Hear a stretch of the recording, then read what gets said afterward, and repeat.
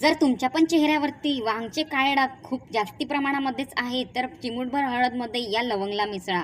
हळद आणि चिमूटभर लवंगपासून हे लिक्विड तयार करा आणि मी सांगते त्या पद्धतीने लावा. 2 दिवसातच तुमचे वांगचे डाग ते सगळे रिमूव्ह होणार आहे किंवा याहूनही अधिक तुम्हाला चेहऱ्याच्या समस्या आहे त्या देखील दूर होणार आहे. जसे माझे वांगचे डाग गेलेले आहे तसेच तुमचेही जाणार आहे. मी सांगते या पद्धतीने हा घरगुती उपाय करून आपल्या चेहऱ्यावरचे पूर्ण काळे डाग गायब करा. कितीही जुने वांग असू द्या, कोणत्याही प्रकारचे काळे डाग असू द्या, सगळे रिमूव्ह होणार आहे. जर तुमच्या पण चेहऱ्यावरती खूप जास्तीच पिगमेंटेशन आहे, ज्याला आपण मराठीमध्ये वांग असे म्हणतो, खूप जुने वांग आहे आणि चेहरा खूप काळा दिसत आहे, तर लक्ष देऊन ऐका. हा उपाय वांग कायमचे जाण्यासाठी पक्का उपाय आहे. हा घरगुती उपाय एकदा ट्राय करा.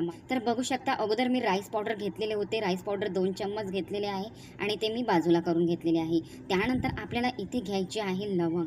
अशी फूल असणारी फ्रेश लवंग आपल्याला मार्केटमधून मागवायची आहे, बाजारातून घ्यायची आहे आणि फूल असणारीच लवंग आपल्याला इथे यूज करायची आहे. चम्मचभर लवंग असे फूल असणारे मी घेतलेले आहे आणि आता आपल्याला याला कुटणीने कुटून घ्यायचे आहे. मी एक स्टीलची कटोरी घेतली आहे आणि ते कुटलेले लवंग यामध्ये टाकून घेतलेले आहे.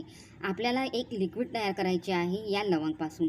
यामध्ये मी थोड्या प्रमाणामध्ये थोडंसं पाणी घालून घेतलेलं आहे. यामध्ये फक्त चिमूटभर हळद घालायची आहे आणि याला उकळी काढून घ्यायची आहे गॅसवरती ठेवून. 100 पैकी 90 लोकांना या काळ्या डागाच्या समस्या आहे, हायपर पिगमेंटेशनच्या समस्या आहे.